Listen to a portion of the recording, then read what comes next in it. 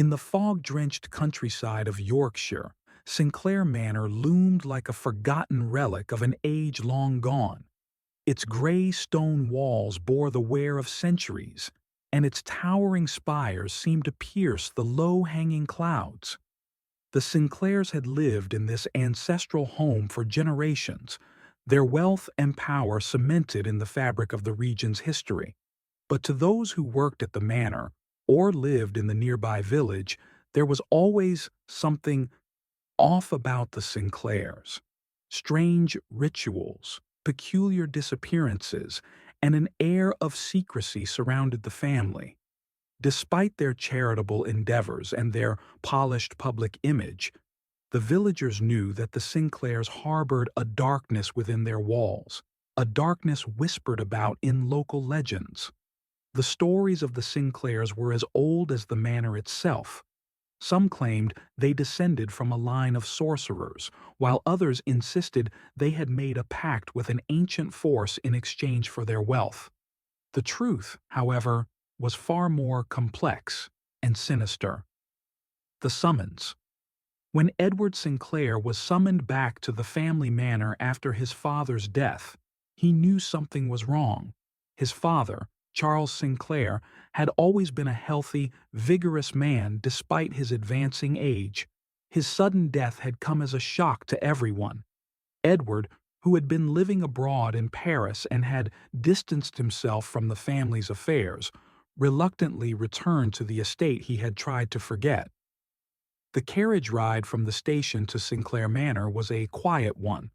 The coachman, an older man with a grizzled beard, said little, but Edward noticed the way his hands trembled when they approached the gates of the estate. "Been a long time since anyone's seen you, sir," the coachman said hesitantly, as he brought the carriage to a halt. "Things have changed around here." "What do you mean?" Edward asked, but the coachman only shook his head. "You'll see, sir. Best of luck to you." The gates creaked open slowly, revealing the long, winding path to the manor. Edward felt a chill run down his spine as he took in the sight of the old house, its windows like dark, unblinking eyes staring down at him. He stepped out of the carriage, his boots crunching on the gravel, and made his way to the grand entrance. A chilly welcome. As Edward entered the grand hall, he was struck by a strange mix of familiarity and unease. The scent of aged wood and damp stone enveloped him, and the dim lighting cast long shadows across the floor. Portraits of stern-faced ancestors lined the walls, their eyes seeming to follow him as he walked. At the end of the hall stood his uncle, Tobias Sinclair, a man Edward hadn't seen in over a decade. Tobias had always been an intimidating figure, with his cold eyes and commanding presence. Now, with age, he seemed even more formidable. "Edward," Tobias said, his voice echoing through the hall. "It's been far too long." Edward nodded stiffly. "Uncle Tobias, I came as soon as I heard. What happened to Father?" Tobias's expression darkened slightly. "Your father's passing was sudden. The doctors couldn't determine the cause, but he'd been under considerable stress in his final days." Edward frowned. "Stress? Over what?" "All in due time," Tobias said, placing a hand on Edward's shoulder. "You've just arrived. Rest tonight, and we'll talk in the morning. There is much you need to understand about your heritage." Heritage. The word hung in the air like a weight, and Edward couldn't shake the feeling that there was more to his father's death than Tobias was letting on. Memories of childhood. That night, unable to sleep, Edward wandered through the manor. Every creak of the floorboards and whisper of the wind brought back memories of his childhood, memories he had tried to bury. He remembered the long, cold nights when he would lie awake in bed, hearing strange sounds from the east wing. He remembered the way his father would disappear for hours at a time, only to return looking pale and shaken. As he passed by the old library, he hesitated. The door was slightly ajar, and a faint light flickered within. Curious, he stepped inside. The room was just as he remembered, shelves lined with ancient books, a large oak desk at the center, and a fireplace that cast flickering shadows across the walls. On the desk lay an open book, its pages filled with handwritten notes. Edward recognized his father's handwriting immediately. He stepped closer, reading the notes carefully. They spoke of ancient rituals, cryptic symbols, and something called the Dark Brotherhood. Before he could make sense of it, a sudden creak behind him made him whirl around. Standing in the doorway was his uncle Tobias, his expression unreadable. "Couldn't sleep, could you?" Tobias said, stepping into the room. "I thought you might end up here." "What is all this?" Edward demanded, gesturing to the book. "What was father involved in?" Tobias sighed, closing the book gently. "Your father was trying to protect you, Edward. He didn't want you to know the truth until you were ready." "The truth about what?" "The Sinclair legacy," Tobias said, his voice low. "Our family has been part of something greater than ourselves for centuries. The Dark Brotherhood is not just a myth. It's real, and it's what has kept our family powerful for generations."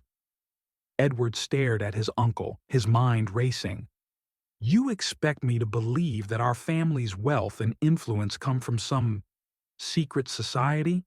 "It's more than that," Tobias said. "It's a pact made long ago with an ancient force. Each generation has upheld the pact, and now it's your turn." A hidden threat. Edward didn't sleep at all that night. The revelation of the Dark Brotherhood and the supposed pact his family had made left him shaken. He couldn't trust Tobias, but he knew he needed to learn more before he could act. The next morning, he decided to explore the manor further. He remembered the East Wing, the one place his father had always forbidden him to enter. If there were answers to be found, they would be there. Making his way to the East Wing, he felt the air grow colder with each step.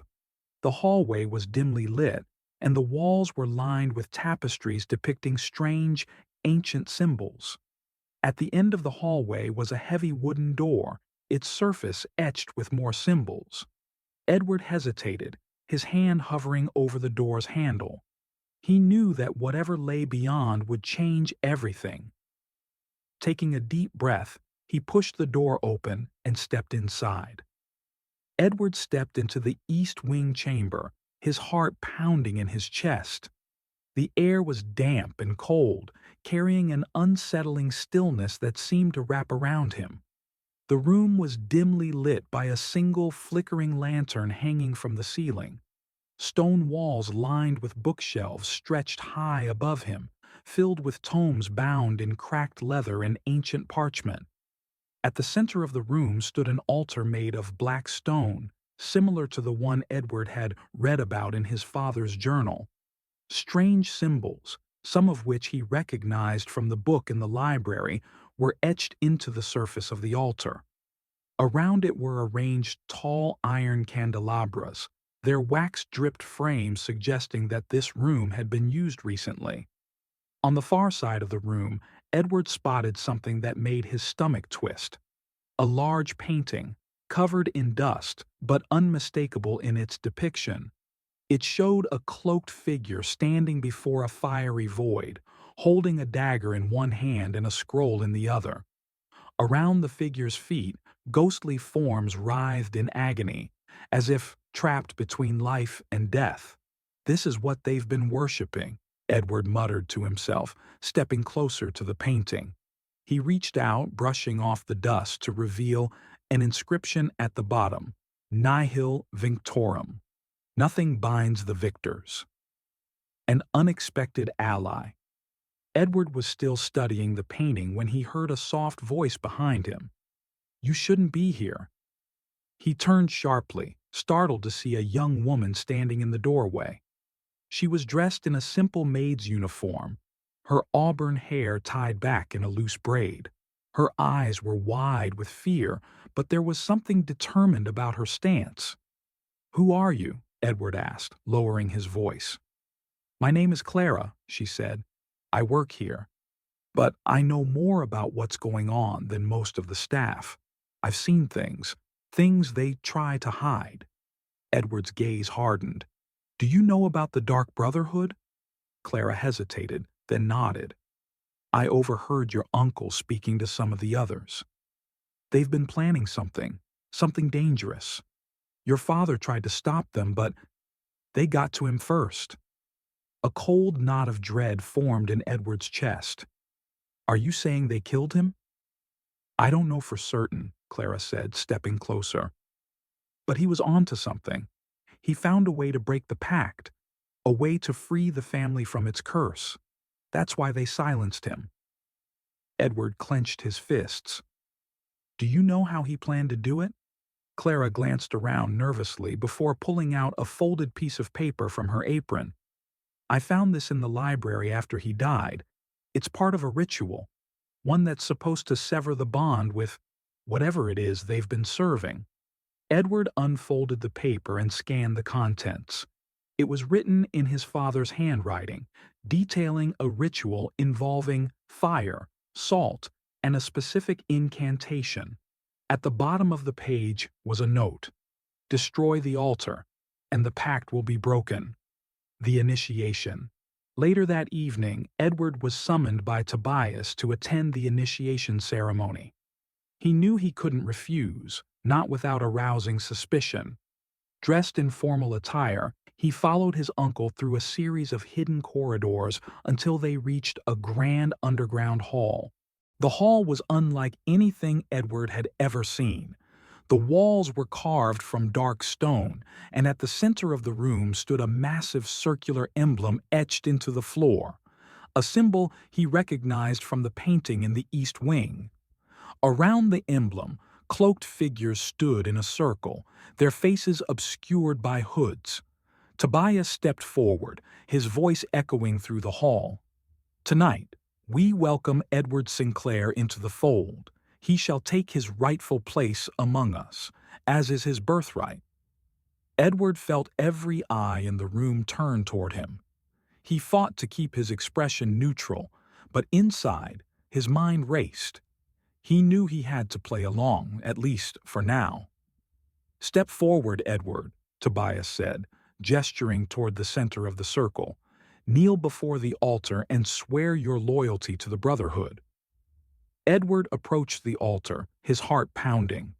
As he knelt, he noticed something strange. An intricate pattern carved into the floor beneath the altar, one that matched the diagram in his father's ritual notes. This was his chance. "I swear," Edward began, his voice steady. "I swear to uphold the legacy of the Sinclairs and protect the secrets of the Brotherhood."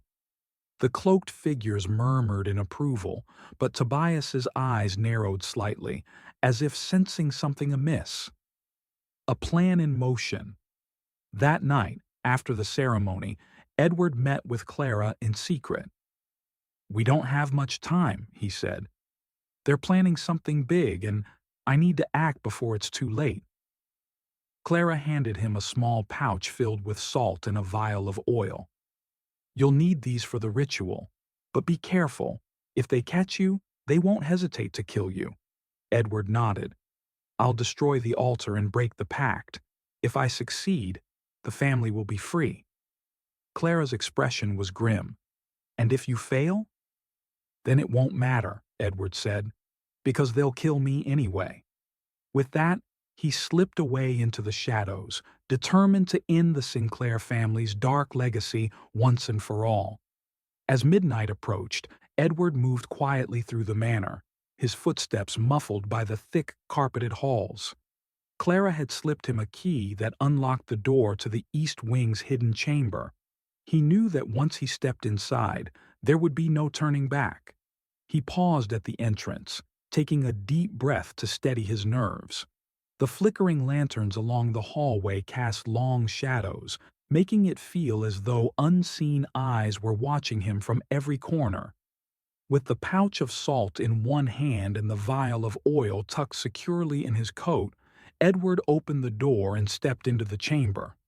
The black stone altar stood at the center just as it had before. Edward moved quickly, drawing a circle of salt around the altar as instructed by his father's notes. He then poured the oil over the stone, preparing to ignite it. But before he could light the flame, a voice echoed through the chamber. "I expected more from you, Edward." Edward spun around to see Tobias standing in the doorway, flanked by two cloaked figures. His uncle's expression was a mix of disappointment and cold fury. "Did you really think you could break the pact?" Tobias sneered, stepping closer. "This is our family's legacy. You can't escape it. You were born into it." "I don't want this legacy," Edward said, his voice firm. "Father didn't want it either. He tried to stop you, and you killed him for it." Tobias's eyes narrowed. "Your father was weak. He lost sight of what truly matters: power. The pact is the source of our strength. Without it, the Sinclair family is nothing." Edward clenched his fists. "You're wrong. The pact is a curse, and I'm going to end it." The ritual begins. Tobias raised a hand, and the two cloaked figures lunged toward Edward.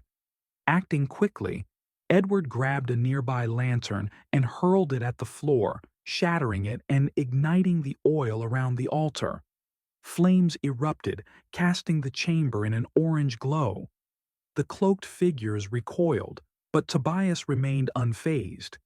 He began chanting in a language Edward didn't understand, his voice resonating with a strange, unnatural power. The flames flickered and dimmed, as though something unseen was trying to snuff them out.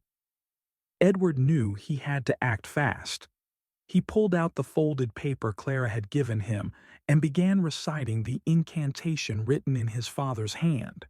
His voice trembled at first, but he forced himself to continue, growing louder with each word. Tobias's chant grew more intense, and the room began to tremble. The black stone altar cracked, emitting a low, guttural sound that seemed to come from deep within the earth. The air grew thick, making it difficult to breathe. "Stop this madness!" Tobias shouted, his voice laced with desperation. "You don't know what you're doing." But Edward didn't stop. He finished the incantation and threw the remaining salt onto the altar. The flames roared higher, and with a deafening crack, the altar split in two. A blinding light filled the chamber, and a powerful force knocked everyone to the ground. Edward shielded his eyes, feeling the weight of the Pact's presence lift from the air. When the light faded, the altar was reduced to rubble, and the strange symbols on the walls had vanished. The aftermath. Edward struggled to his feet, his ears ringing from the explosion. Tobias lay unconscious on the floor, the two cloaked figures having fled during the chaos.